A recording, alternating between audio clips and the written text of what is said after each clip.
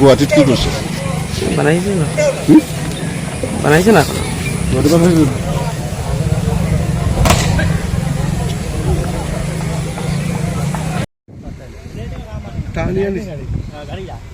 টানিয়া নিচে লৈ যাবগৈ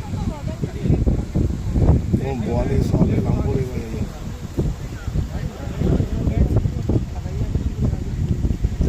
বেতুকান্দি বাঁধ ও সুইচ গেট পরিদর্শন করেন বিধায়ক দীপায়ন চক্রবর্তী। কিছুক্ষণ পর গিয়ে উপস্থিত হন জেলা উপায়ুক্ত রোহন কুমার ঝা, উপ উপায়ুক্ত যুবরাজ বড়ঠাকুরিয়া, পুলিশ সুপার নুমাল মহাত্তা, অতিরিক্ত পুলিশ সুপার সুব্রত সেন।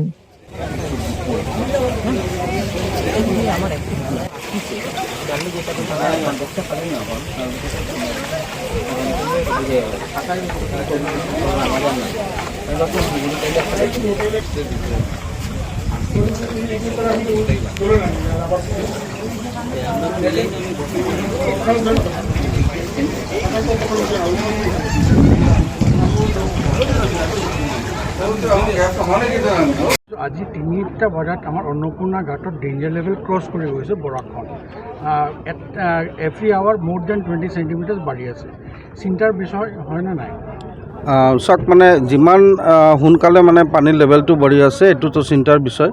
নেচাৰেল যিটো কেলামিটি এই কেলামিটি আমি সদায় ট্ৰাই কৰোঁ কেনেকৈ আমি প্ৰটেকশ্যন দিব পাৰোঁ। আমি আশাবাদী যে আমাৰ মুখ্যমন্ত্ৰীৰ ডাঙৰীয়া নেতৃত্বত এইটো আমি ট্ৰাই কৰিম মানুহত যাতে কিবা প্ৰব্লেম নহয়।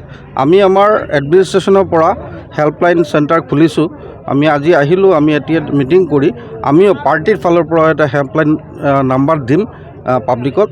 যদি কিবা সমস্যা হয় তেনেহ'লে আমি যাতে মানুহৰ লগত থাকিব পাৰোঁ, মানুহক সহায়তা কৰিব পাৰোঁ। ৰাইজক কি ক'ব ইয়াৰ পৰা?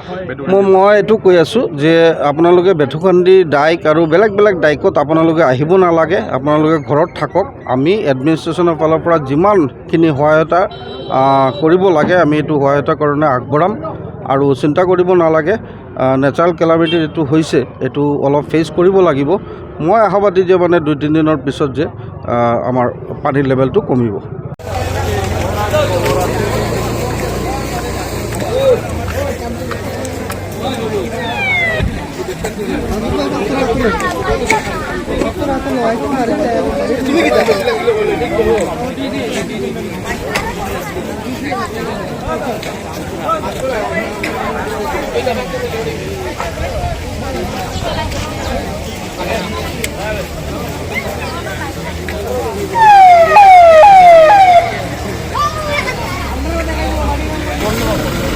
লাগাই যাও